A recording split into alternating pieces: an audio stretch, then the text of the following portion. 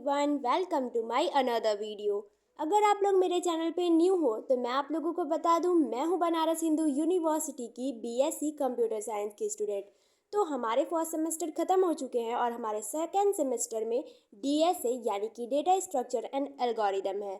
और वैसे भी जब कोई कोडिंग के लिए प्लेसमेंट या इंटर्नशिप के लिए तैयार करना हो तो डीएसए सबसे स्ट्रॉन्ग टॉपिक होता है, जो कि हर एक इंटर्नशिप और हर एक कंपनीज ये पूछती हैं।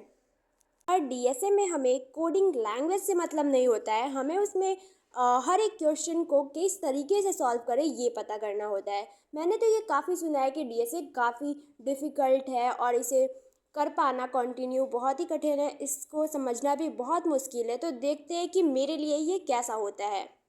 पहले तो मैंने अपना सिलेबस देखा कि कितना आएगा, उसके अकॉर्डिंग मैं थोड़े प्लान कर लेती हूँ कि कौन कौन से टॉपिक मुझे कवर करना है और फिर मुझे क्वेश्चंस भी कैसे लगाने होंगे। तो लेक्चर्स भी मुझे लेना होगा टॉपिक को अंडरस्टैंड करने के लिए, देन उसके बाद ही मैं क्वेश्चन सॉल्व कर पाऊँगी। वैसे तो प्रैक्टिस मैटर करता है, लेकिन स्टार्टिंग में बिना कुछ जाने तो क्वेश्चन प्रैक्टिस नहीं हो सकता। मैं करती हूँ यूट्यूब से सर्च कि कौन सा लेक्चर अच्छा होगा डीएसए के लिए। मैंने बहुत ज़्यादा सर्च करने के बाद मुझे एक यूट्यूब चैनल मिलता है जो कि 15 आवर का था, जिसमें कि डीएसए कंप्लीट हो रहा था। देन मैं डिसाइड करती हूँ कि पहले इसे कंप्लीट करती हूँ कि डीएसए का बेसिक मुझे पता चल जाएगा। और फिर अभी तो ये डे 1 है, तो फिर कुछ दिन में मैं इसको कंप्लीट करूँगी और फिर हर एक टॉपिक को स्ट्रॉन्ग बनाऊँगी। वैसे हमें डीएसए स्टार्ट करने से पहले कोई एक प्रोग्रामिंग लैंग्वेज आना चाहिए और फिर हमने फर्स्ट सेमेस्टर में अपने सी लैंग्वेज कंप्लीट कर लिया है।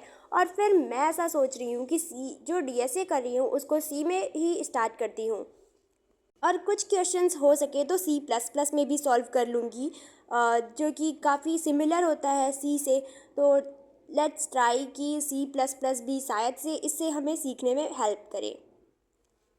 वैसे मैंने फर्स्ट लेक्चर लिया जो डीएसए का, उसमें मुझे बताया गया कि डायनेमिक मेमोरी एलोकेशन के बारे में, जो कि सी लैंग्वेज जब मैंने पढ़ा तो उस समय ही बता दिया गया था।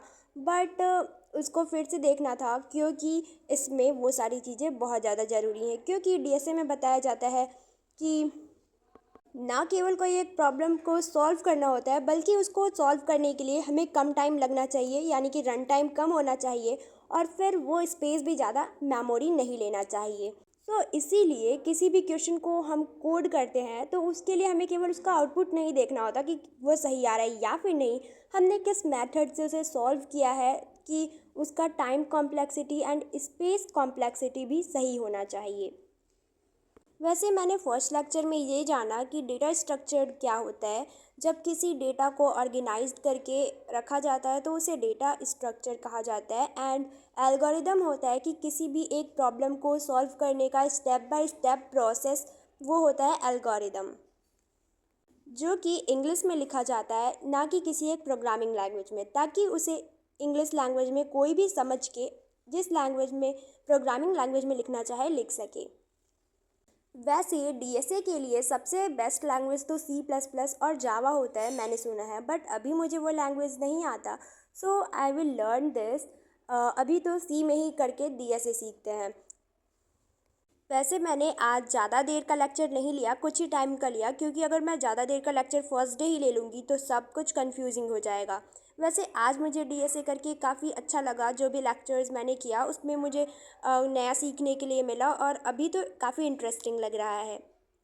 और आज था फर्स्ट डे, मैंने अपने बेसिक कॉन्सेप्ट्स को क्लियर किया लेक्चर के थ्रू यूट्यूब के। और फिर उसके बाद मैंने टाइपिंग टेस्ट भी आज स्टार्ट किया, क्योंकि मुझे अभी टाइपिंग अच्छे से नहीं आती। मैं चाहती हूँ कि मेरा टाइपिंग जो है स्पीड वो भी इंक्रीज़ हो। और डीएसए की जो प्रॉब्लम है वो मैंने आज सॉल्व नहीं किए, वो अब नेक्स्ट डे करेंगे। और मैं अपने डेली के डीएसए के प्रोग्रेस को भी आप लोगों के साथ शेयर करूंगी। अगर आपको ये वीडियो पसंद आई तो लाइक कीजिए और चैनल को सब्सक्राइब कीजिए।